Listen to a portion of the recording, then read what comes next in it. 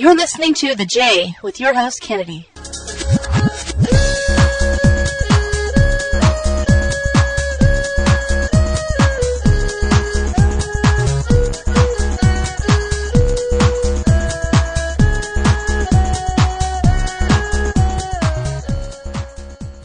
Yo, what's up, everyone? Welcome to The ENT Radio Podcast. I'm your host, Kennedy, and today is August 4th, Monday. Hot.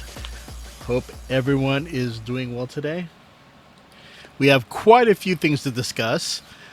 Imase announces long-term hiatus due to deteriorating health. We got Nakagawa Shoko, who is pregnant with her first child. And we have the All-Domain Anomaly Resolution Office, Zinketsu, receiving a live film adaptation and more. So stay tuned. Let's go on and kick off with... Back to JN Radio with your host, Kennedy. It's a beautiful wave. Hey, what's up, everyone? So kicking off the 444, you heard Suzuki Ami with Nagai Goto Dubs The Wish Was Fulfilled remix from 2005. Following that song was Boomerang by The Grace, Tenjo Chiki from 2006. Then you got the hard-rocking Cold Death featuring Miyamai Mocha by Utsupi from 2024. And ending that 444 block was Identity by Canaria from 2022. Okay, let's go ahead and talk about JN News. What is happening? Well, first, let's start with Imase, which this one was a little surprising. So, the artist Imase announced on the 4th that he will be taking a temporary hiatus due to poor health. His official website also announced his departure from NHK FM's music line, where he was a regular guest, and his men's Nonno serialization project was suspended. A statement was posted on his official website titled Important Notice Regarding Imase, which stated, "This is a sudden announcement by our artist. Imase will be taking a temporary hiatus from his activities as an artist. Following his recent performance at the Nippon Budokan on July 25th, his health deteriorated, and after a doctor's diagnosis, it has been determined that he requires long-term recuperation. Therefore, in order to prioritize his health and allow him to focus on recovery, he will be canceling his currently scheduled events and media appearances." Imase also commented, "I apologize for the inconvenience and concern this sudden announcement has caused to my fans and staff. I received all your kind words, thank you. I've always been on the move, so I was hesitant to stop, but under the guidance of my doctor, I have decided to focus on my own recovery. I'm not the type of person who likes to rest, but for the rest of my life, I want to take a proper rest now. I'll start walking again after that." Imase, who is a 24-year-old singer-songwriter from Gifu, less than a year into his music career, his music gained attention on TikTok, and he made a major debut in December 2021. This is, surprising, but not so surprising. There's a lot of artists who tend to, they burn themselves out with a lot of work. And, it's just something we see in today's Asian entertainment industry. From tours to non-stop tours, then to album releases, single releases, and producing music for other artists. It's just ongoing. And when you're a workaholic or your label wants to keep you busy, sometimes there's just, you could easily burn yourself out. And we kind of hope that every time you hear about these things, you just wish that the artist can take a step back and prioritize their health. And I think we're seeing that with Imase. His song Night Dancer was a hit not only in Japan but also in Korea. In 2023, he won the Excellence Award at the 65th Japan Record Awards, and he became the first Japanese artist to perform and win awards at MMA 2023 and CCMA 2023 in Korea. Imase was absent from the TBS program Rabbit, which was scheduled to air on July 11th, and due to poor health, he was also absent from the Osaka Gigantic Music Festival 2025, which was scheduled for July 20th. He also canceled his appearance at the special live concert at the Kansai Expo for August 1st. So, we wish the best to Imase. Yeah, it's, again, I just, not just Imase, but other artists who've just been working their tail off. I mean, you see them from worldwide tours to album releases. And it's just, you have your album released in your country, then you have another album released in, another country. And it's tough. It's a tough schedule that a lot of these artists, have to endure. But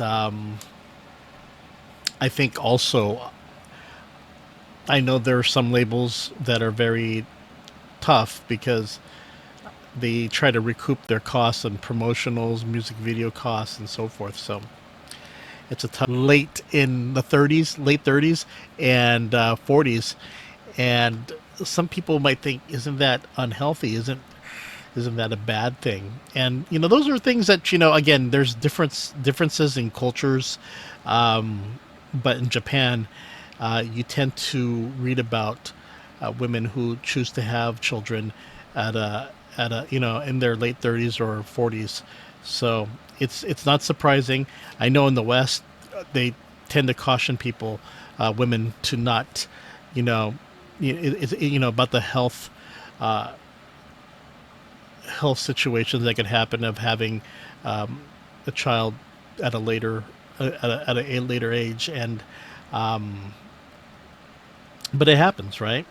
It happens, but I totally understand where Shokotan's coming from, and this is something that you tend to read about in Japanese entertainment, and definitely want to wish her and her husband, for 2 healthy babies, the twins, and I think that's exciting news, and I'm looking forward to when she posts the news on her Instagram about her giving birth. It's going to be great. I know we've been hearing this news for quite a while about her pregnancy and how she's been wanting a baby, and now she's getting 2 twins. Awesome news. So the next one we're going to talk about here, well, this one is anime related. So if you are a fan of the disastrous life of Saiki K, streaming of unreleased songs from the TV anime will begin in August. So the disastrous life of Saiki K was broadcast from 2016 to 2018 and is still beloved by many fans, with additional episodes being produced and distributed on Netflix in 2019. 9 years after its broadcast, it has recently experienced a resurgence in popularity on social media platforms such as TikTok, which is causing a stir. Meanwhile, fans have been eagerly awaiting the release of unreleased songs previously only available on CD, such as Duet Shitekuda, the ending theme for the second season that has been particularly popular on social media platforms like TikTok, and Judgment Knights of Thunder, Legendary Heroes, the background music that accompanies famous scenes starring Kaito Shun in the series, will now be available to listen anytime, anywhere on the streaming service. The release will begin in 2 installments on August 6th and 16th. These nostalgic songs are sure to add a touch of wow to your everyday life. Don't miss this opportunity to enjoy your favorite songs on streaming services. In addition, the anime, which was released for a limited time in May 2025, will once again be available for free as emergency streaming on Jump Channel to celebrate the birthday of Saiki Kuso and Teruhashi Kokomi. The 3rd and 4th episodes will be available for a limited time on their respective birthdays. So I think that's pretty cool. Episode 1, Episode 18, Episode 5, Tenshin Sai-Hai Karaoke Party, in which the character songs Bloody Moon and Angel Wink are performed.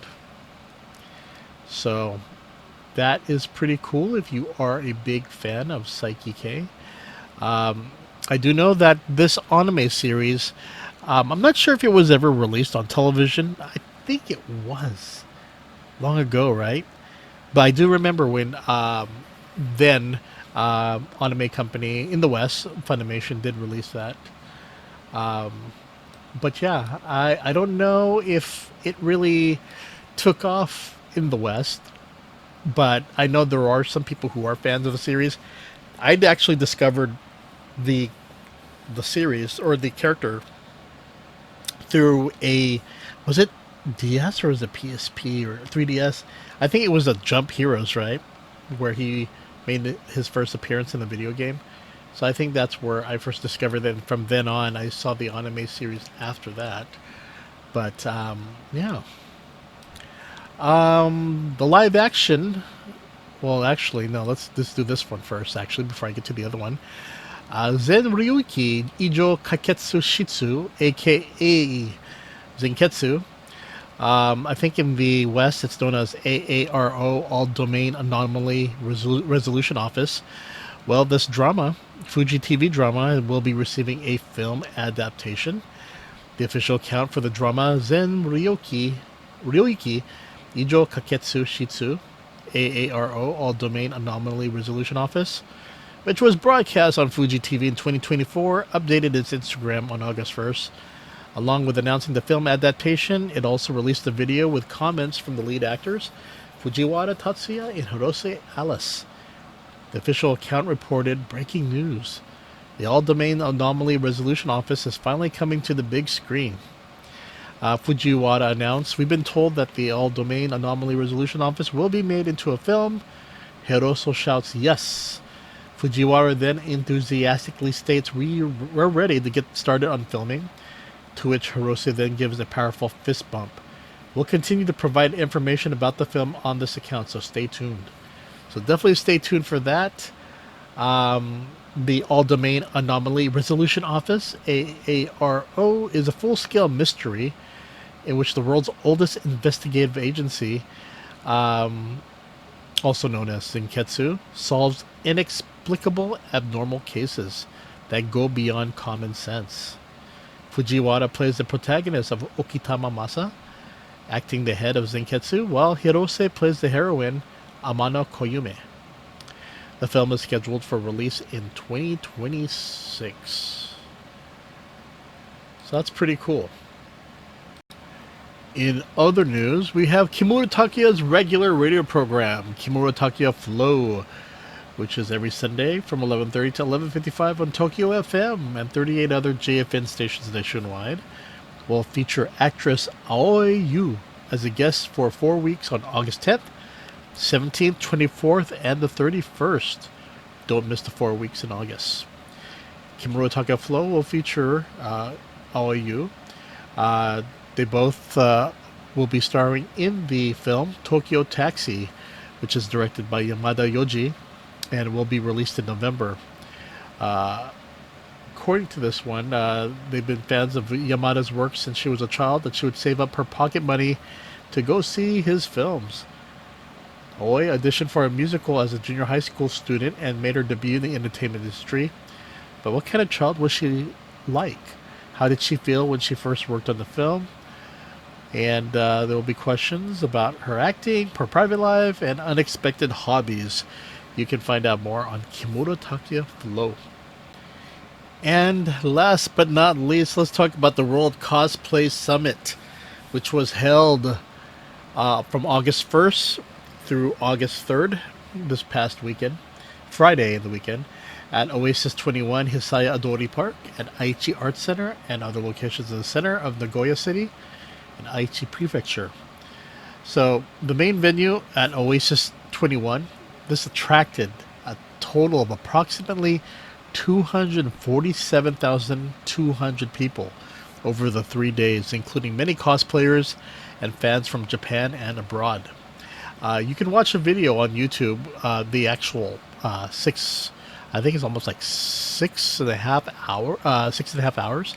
So my gosh, that's a lot of video. But yeah, you can watch the cosplayers from different countries battle it out. Additionally, the Osu Cosplay Parade was held at the Osu Shopping Arcade on Sunday, August 3rd. Approximately 1,000 cosplayers participated, marching through the shopping arcade and thrilling crowds lining the streets. This event is one of the world's largest cosplay festivals, held annually in Aichi Prefecture since its inception in 2003, with the aim of promoting international cultural exchange through Japanese pop culture such as anime, manga, and games. So this year marks the 23rd anniversary, and featuring representatives from a record 41 countries and regions. So that's pretty awesome right there.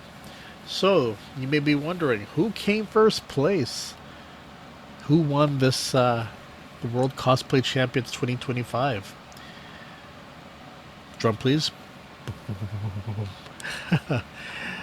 The first place grand champions went to the United States for the We Need Disguises for their work Fire Emblem Engage. Second place went to France's Milou and Thali. The work was The Atelier of Witch Hat. And third place was Brazil's Kelfie and Louis Tellis for the work Resident Evil Village. So the two winning members of the American team expressed their joy, saying, "We worked really hard on our costumes and practiced hard. We're so happy that our dream has come true, and we're grateful to have been able to stand here. Cosplay is a wonderful culture." Okay, everyone, you take care, and I'll see you later. Wink, wink, and Follow the J. ラジオポッドキャスト on YouTube and also visit Kennedy on YouTube. For Japanese Entertainment News, please visit neotok209.com. See you next time. Bye bye. いいパンチだったぜ。